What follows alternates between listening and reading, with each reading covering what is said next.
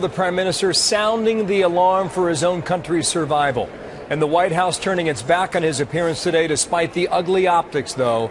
Both the President and Prime Minister say it will not damage the bedrock alliance between the U.S. and Israel.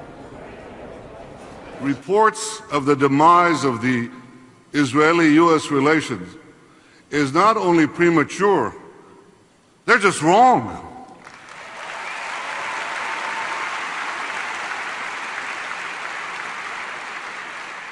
You're here to tell the world that our alliance is stronger than ever.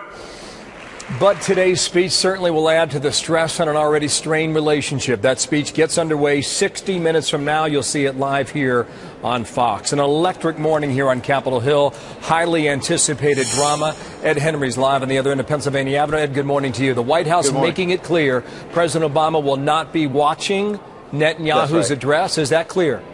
That it is absolutely clear, and compared to the electricity you talk about on Capitol Hill, they're trying to make it like they're indifferent here at the White House, that there's not a big event going on today. Fascinating, because we already knew Vice President Biden traveling in Latin America. He won't be there. But the addition this morning is the White House has just announced that the President, in the same hour that the Prime Minister will be speaking here in Washington, will be conducting a secure video conference with the leaders of the UK, France, other key allies to discuss this serious situation in Ukraine. So you see, they add this event to his calendar, his schedule, to say he's really busy on other issues, to make sure that they don't leave the impression he's ignoring it just for the sake of ignoring. But it certainly sends a very interesting message. The other point I'd make quickly is that Susan Rice spoke to AIPAC, the American-Israeli lobby, last night. Remember, she had talked last week about how the Prime Minister's visit would be destructive to this relationship.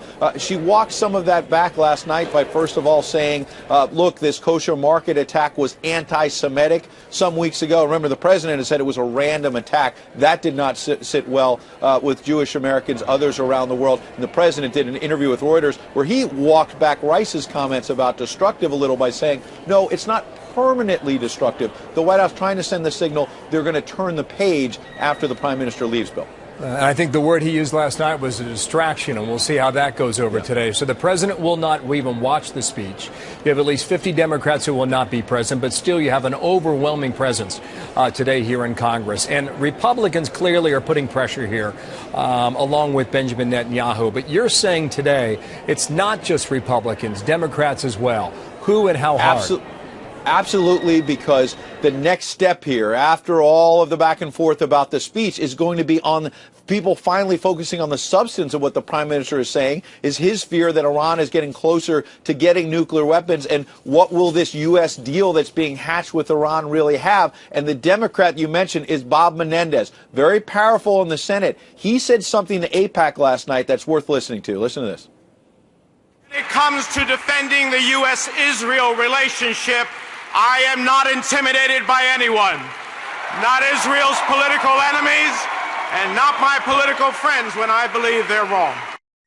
A top Democrat saying, I am not intimidated by anyone. That was a direct message to this president that folks like Bob Menendez on the Hill, after this speech, want to make sure this deal with Iran gets a vote on the Hill, but also the potential that Congress, not just Republicans but Democrats, will vote for more sanctions against Iran. Bill? All right, Ed, thanks. Ed Henry from the North Lawn.